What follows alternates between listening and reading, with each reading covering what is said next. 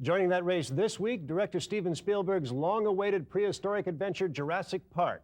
Sam Neill, Laura Dern, and Jeff Goldblum take a mammoth step back in time when they journey to a dinosaur theme park where the ancient creatures come to life. We talk to the stars in Los Angeles.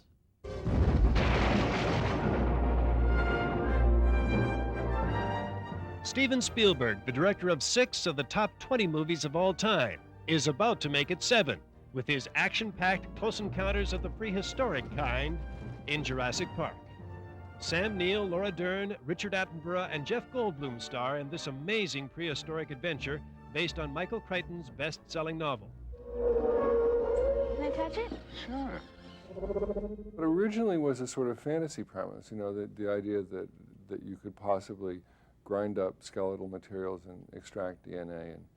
And I was interested in doing a story about a genetically engineered dinosaur, and I didn't especially care whether or not it was possible.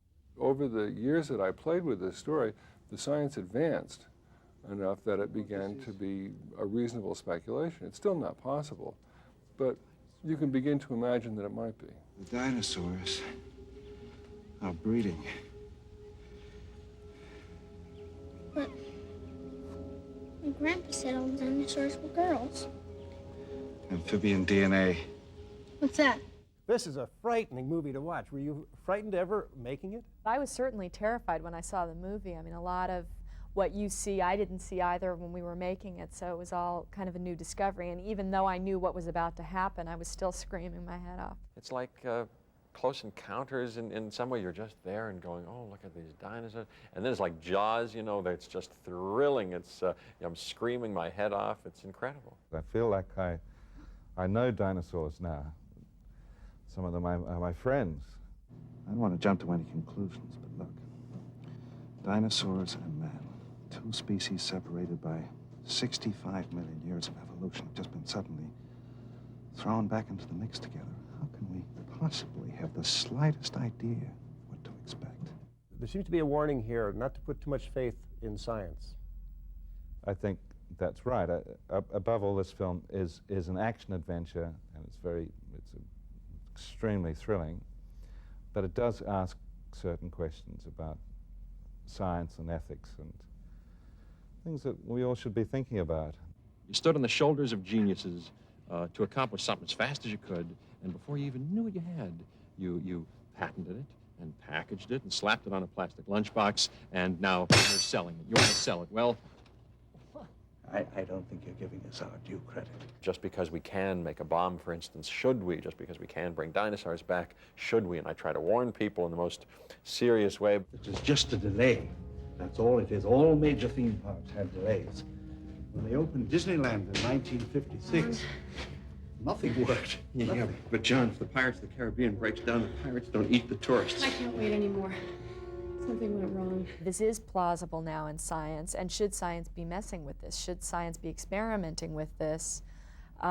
Should our greatest minds be spending their time on this? I've hunted most things that can hunt you, but the way these things move... Fast for a biped? Cheetah speed, 50, 60 miles per hour if they ever got out in the open. And they're astonishing jumpers. Yes.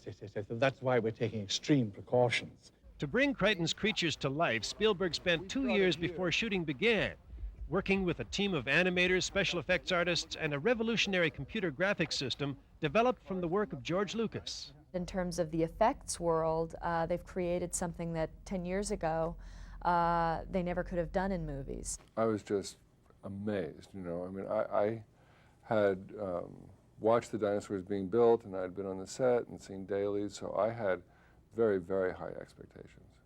I mean, I really thought it was going to be terrific, and I was astounded. Let's get out of here.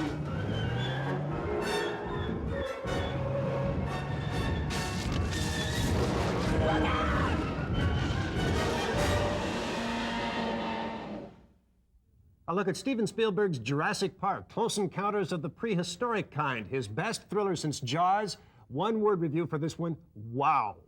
I loved it. It was like being on a ride, wasn't it? I mean, you honestly find yourself moving back and forth and jumping in your seat and covering your face. It was so exciting. Exactly my experience, too. First of all, the dinosaurs are incredible. Stan Winston's special effects crew, what a job they've done. You believe these creatures, and many of them move around a lot like birds. They are frightening when they're chasing you.